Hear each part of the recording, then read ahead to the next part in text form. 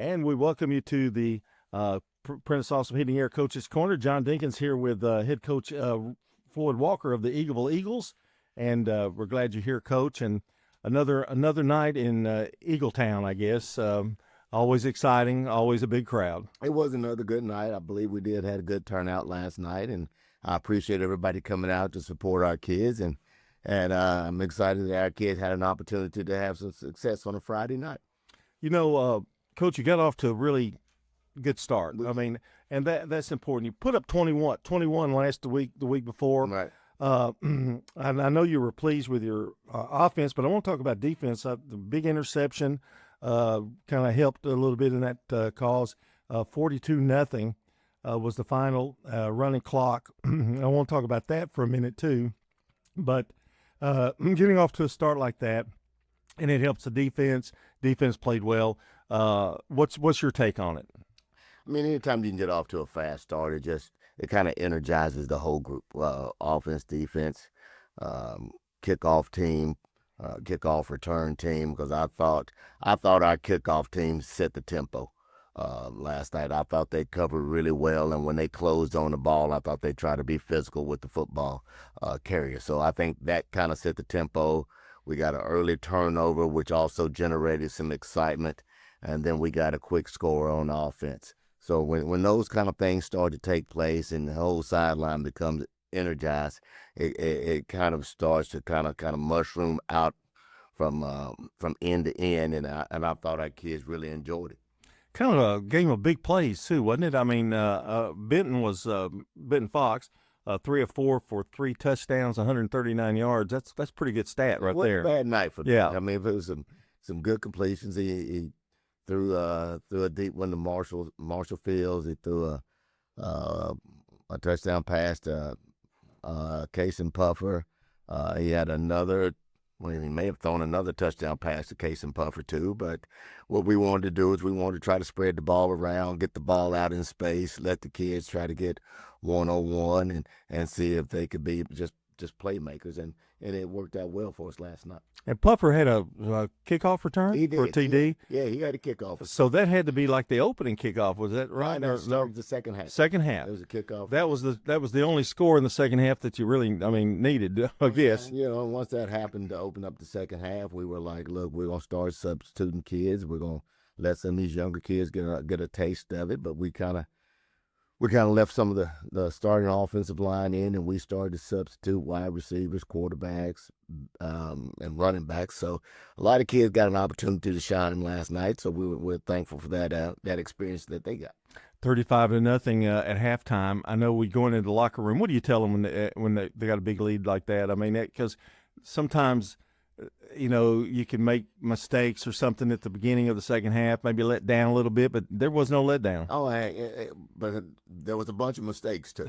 Okay. Yeah. I don't know how many holding calls we had last night, but I'm assuming right off the top of my head, I can think of at least six holding calls last night on us. We had got a little bit chippy, and the thing that we have to be able to do is we have to be able to maintain our composure throughout a ball game, especially when you're playing some type of quality opponent. So you cannot let it become chippy. You cannot let your attention waver about what you're trying to get done. So we got to clean that up from an aspect of, hey, if they want to get that way, that's fine, but your job is to make the plays, get back in the huddle, and move on to the next one. So we got to get back to cleaning those type of things up and just play good, clean football. Talking to Floyd Walker, the head coach of the Eagleville Eagles, winners last night, 42-0. Let's talk about Benton Fox just a little bit. Sophomore now. Right. Have you seen the difference in the maturity level a little bit, or what's because he started to click at the end of last year, the middle part of last year.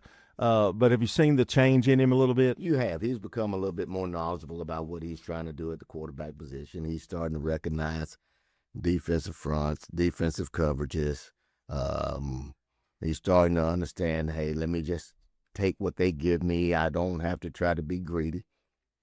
Just take what they give me. Once the people have the ball, let them go make plays, and he's doing a better job of distributing the ball around.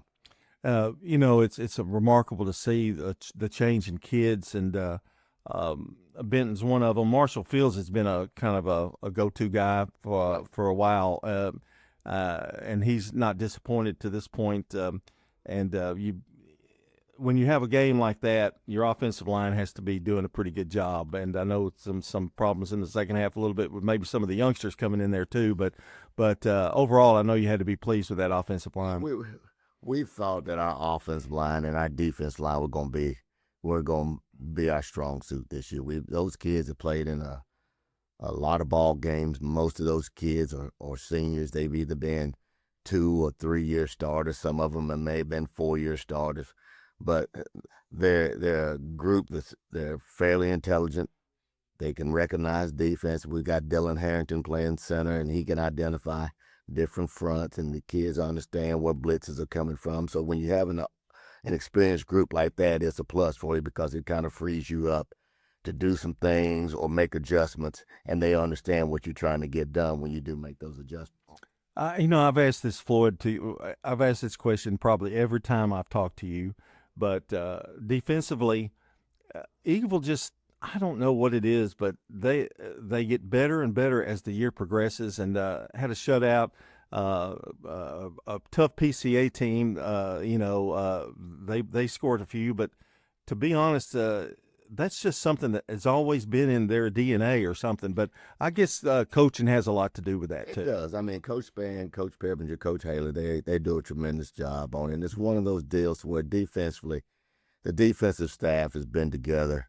Oh, let's see. I've been at Eagleville for 16 years, so Coach Spann has been there since I've been there. Coach Peppinger has been there at least 14 of those 16 years.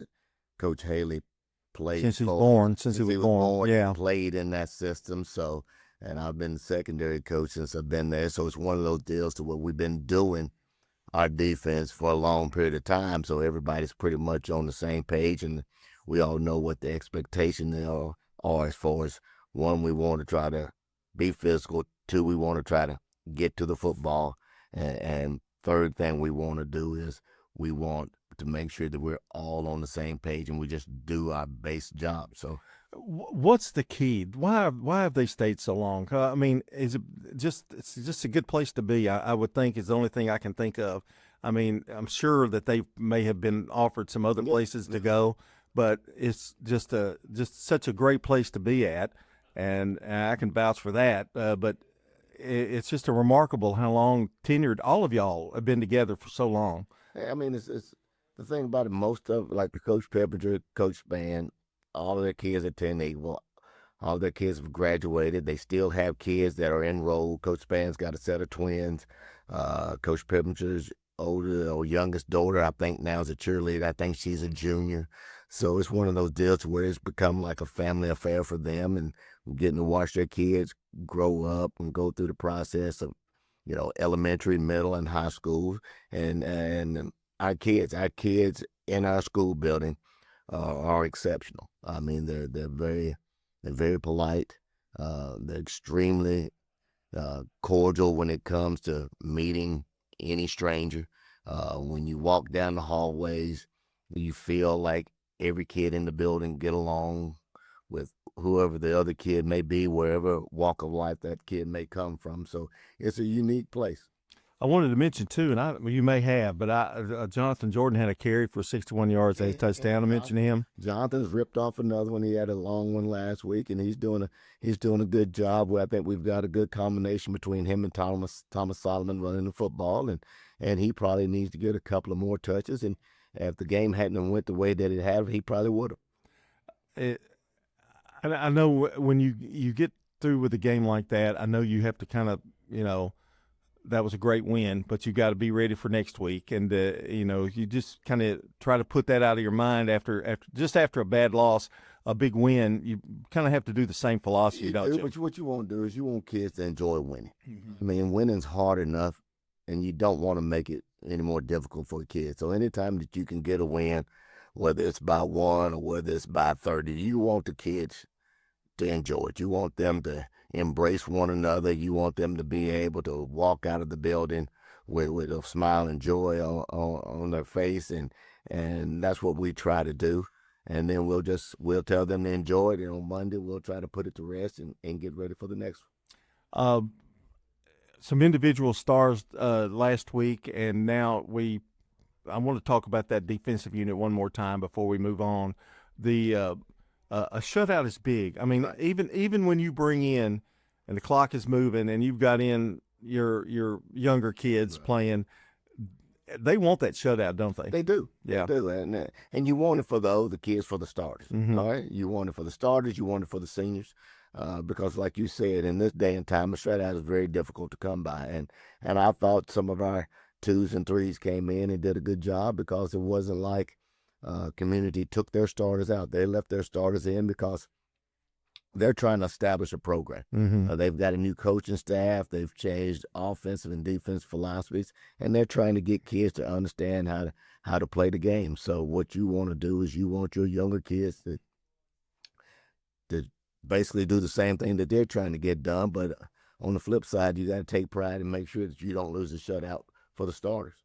The big night, I know, but it was over quickly. I know the second half went fast. The clock's moving. What are your thoughts on that? Do you like that, or do you? I mean, I see the reason for it, but sometimes it kind of you sacrifice getting some of those kids playing a little bit longer that they need to play. Well, no, because what ends up happening, one, you don't want a game to drag on, and all of a sudden people are scoring, 70 and 80. Yeah, you don't ever want to do that to your opponent. You never try to embarrass a kid. If a kid wants to come out and play football and it's just not their night and it's not going their way and the game's getting out of hand, you want to make sure that you kind of preserve the integrity of it. You don't want to have a kid on the opposite side feel like they've been humiliated, and then you destroy that kid, and the kid no longer wants to play football. So I think it's a good rule. It only takes place in the fourth quarter. Right. So you have an opportunity that third quarter to get some kids in, and they have an opportunity to play like a normal game. But I think if it gets to the fourth quarter and it's out of hand, then yeah, I think we ought to just keep on letting it run. And it enables you to, you want to see kids get a chance to play. And I don't care what anybody else says. Coaches want that too. I mean, it's not something that, we don't want them to play. You want them to get that experience, because it's for the next several years too. The more a kid can play, the better off they're going to be down the road. So anytime you can get somebody some experience, you got to put them out there and let them get their feet wet, so to speak. And but it's still unfortunate that sometimes a game gets out of hand and the clock has to run for the opponent or for yourself. Because we've been in a couple of those, You haven't been in many of those, but it yeah, but yeah. So when you've been on that side of it too, you understand that feeling, and you got to think about player safety. Think about player safety, and so if that clock is running and kids don't get hurt, then I think it's a good route. Well, Floyd, we're going to let you go here in just a second. I did want to ask about the Tennessee Heats. You're not going to tell me anything about it because you haven't looked at any tape. I can guarantee you, right? Yeah. What time is it right now? Hey, we just got the film exchange about 8:30. Yeah. All right, about 8:30. So when I leave out of here, I'll go home and I'll watch some of it. But we've played them, the past 3 years. Yeah, we've played them the past 3 years, and Coach Scott runs a first-class program. It's a Christian-based homeschool program, and the coaches really do a phenomenal job of trying to instill character into these young men, and it's always been they've always been a competitive group, and I don't see anything changing. Now, where would that game be played? It'll be played at the old Mount Juliet High School, which is now Mount Juliet Middle School. So a little bit of a road trip. Yeah, just fairly long. A road trip. It'll be the first one of the year, so we'll see how this team travels. All right, that's. I think they'll travel well. I hope they will. Tell Kim I said hey. I'll do it. And we'll talk to you in a couple of weeks. You got to get those other two guys the next 2 weeks. So anyway, Floyd Walker. Trying to break us up. I know. The Floyd Walker, the head coach of the Eagleville Eagles, big winners, 42-0 over Community last night. And this portion of the show is brought to you by Ides Tees, who will be happy to help you fulfill all of your imprinted apparel, embroidery, and advertising specialty needs. Find out more at idstees.com. Now, I made a mistake, Floyd, so I've got to read another one because I was supposed to do that at the beginning. Rick's Barbecue, serving up the best smoked barbecue, ribs, and many local favorites on Warrior Drive, locally operated by Anne Marie Brents and the Lanning family. That's going to do it for the Prentice Awesome Heating and Air Coach's Corner. You always in the show, That's kind of special. Say the best for last, right? There you go. And we've got Cougar Corner coming up after this timeout.